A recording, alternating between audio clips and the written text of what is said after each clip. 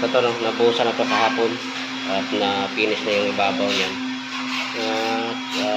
Pwede na tayong pwede nang akyatan daw ito, sabi ng mason. So yung forma nito ay nandito sa ilalim. Ayan, nasa loob yung hard deflex.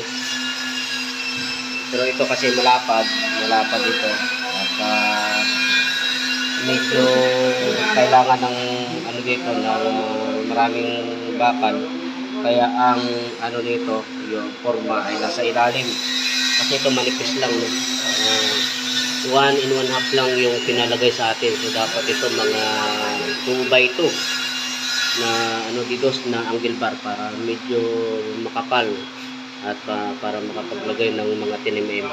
So ito, ang 10mm ito ay isa lang, pahaba lang ganun. Tapos may steel matting yan para hindi mabasag yung konkreto. So ito pwede na ito akyatan natin. Ayan, at medyo okay na itong akyat dito, hindi na ganong mabigat, di kagaya nung naunang layout na talagang natarik. Okay. So yan na, ito na mga lodi, no? Tapos na natin nalinis yung taso. So yan yung tsura niya.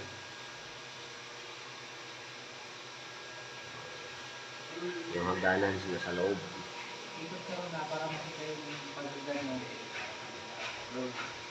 Akit pa ako. Bakit na ako kanina? Para makita yung likod siya na. Okay. Ito, para makita nyo ito yung likod. So nandito yung pagpasok pa dito. Pagpasok mo rito. Ayan. Ayan o. Ito. Yan yung forma, hindi natatanggalin ni Francine sa loob yun.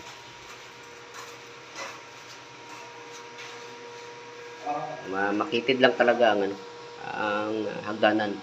Minimalist. So dito mga lodi, no, meron pa palang kadugtong ito hanggang dito sa kabila. So dahil mahirap ng pulwed dyan at taas baba yung ipupulwed natin, ay ang gagawin natin ay tatanggalin natin ito. Dugtong lang naman yun. Dugtong. So naglagay na ako ng isa dyan. Then nakapulwed na yan para pag tinanggal natin ay hindi na siya gumalaw. As is na yan, no? So ito, yung kaputol na yan, tatanggalin natin.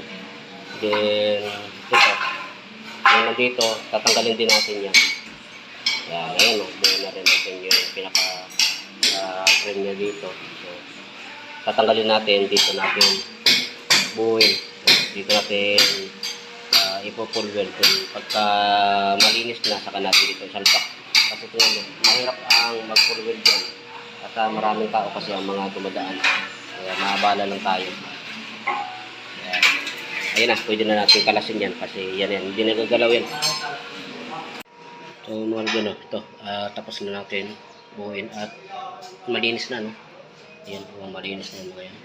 At dahil ako lang ang mag-isa, diyan natin idudugtong, no? Ito. So naglagay lang ako ng stopper, no? So, patong lang natin to dyan. At yun na yun, ito naman ay may kanal dito. So ayan, para pumasok naman yung dulo. Kaya tinanggal ko dyan kasi hindi natin, mahirapan tayo mag-buo dyan. Naulit tayo. So ayun, o, naisalpak na natin. At yung humahawak nun, itong kadugtong nito, yung kadugtong mahaba na yan ay yung nasa taas lang na nilagay natin na tubular. So ito, yan, ito yung nagsisilbi natin, guys. Dahil ako lang mag-isa, pag tinatong natin dito ay yun na yun. Ayan, diretso na. Yung taas niya parehas. Yan, nakadugat yung sa laba. Tapos dito naman ay nakapatong nito dito. Dito, nakaduk na rin natin ito. Ganun lang. So, ganun lang mga lodi yung diskarte ko kapag tayo lang mag-isa, nagawa na lang ng paraan. So, ito ngayon, ipapulwed na natin ito. Dahil siyempre, na-check na natin na direksyon naman. Wala nang problema. So, ipapulwed na natin ito ngayon. So, ano din, tapos na natin tong, yung dugtong nito. So, yan, bonus yan, At, parang hindi siya dugtong, Yung spacing niya, saka yung level ay parehas na parehas. At dito, so, nagparin tayo dito ng isang 10mm. Yan, then itong nasa ilalim, dahil wala itong frame, so yun na yung pinaka-frame niya. Yung 10mm na yun, naka-full weld siya. Lahat ng ito ay naka-full weld dun sa 10mm. Hindi nakabaon dun sa kabila. Dito naman naka-welding naman siya dito. Kaya napakatibay ito, At anong gawin mo, hindi na nga umuga siya. So, ayan, ayan. Sabi pa tayo sa baba. So mga lodi, maglalagay tayo ng pintuan dito. So ayan yung pagkakapita natin na isag na.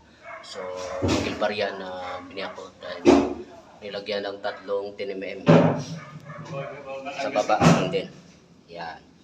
Kasi ito ay hindi na tayo naglalagay ng pinakahamba dyan dahil maliit na yung pintuan. So ayan. Pag ikinabit natin yan, parang hindi yan mapapansin na may pintuan yan dyan. So, bisagra natin dyan ay cylindrical ang ilalagay natin dyan. Mga lodi, ito, kinabit ko na yung pintuan dito. Ito, yan, para hindi tayo magka-problema kung hindi ito magkakatapat. Yan. Naglagay na ako ng stopper para permis siya bago tayo maglagay ng bisagra. So ito ay mabigat na pintuan dahil tubular, 1.5, napakaraming tubular ang ginamit natin dito. So, dahil sa mabigat siya, dapat yung pinaka cylindrical niya hanggat maaari yung pinaka dulo, pinaka taas mo ilalagay. Then sa baba naman yung pinaka baba na para yung bigat ng itong pintuan ay may transfer doon sa pinaka mababa. At itong pinaglagyan natin ng hindi kalay itong angle bar na biniyag sagad hanggang sa may flooring para nang sa ganun yung bigat niya ay may transfer dito hanggang doon sa flooring para hindi na bumaba pa. Doon naman, dahil ang tendency nitong pintuan natin ay papunta dito, tutumba papunta dito, doon dapat yan sa pinakababa para yung leverage niya ay mas malakas. So, ganun ang paglagay ng bisagra pagka mabigat yung pintuan. So, ito, tatanggalin na natin to para mabuksan na natin. So, okay, ayan yan na yung pintuan natin. Parang hindi napapansin na may pintuan yan. At moment of truth kung mabubuksan. Ayun. Yun. Ayan yung pintuan natin. So, yan lang yung bisagra natin. So, pag sinara natin, hindi na makikita yan. Ayun. Ayan, wala na. Hindi na makita yung bisagra na sa loob na. Ito yung pader ay may may tumba lang ng baga yung pader. Kaya malaki yung gap doon. At ito inagaw-ago na lang natin para hindi naman halata masyado. So parang okay na yan. So yung lock na lang ang natin dyan. Baka bumili na lang sila ng lock. Para hindi na madumi tingnan kapag gagawa tayo kasi ng barrel board yan nasa labas, medyo madumi tingnan. So, pabili na lang natin sila ng lock dyan. Para okay naman, very good. At ito, malambot isara. Ayan, hindi nasasagad din natin sa kabila, sa kanto.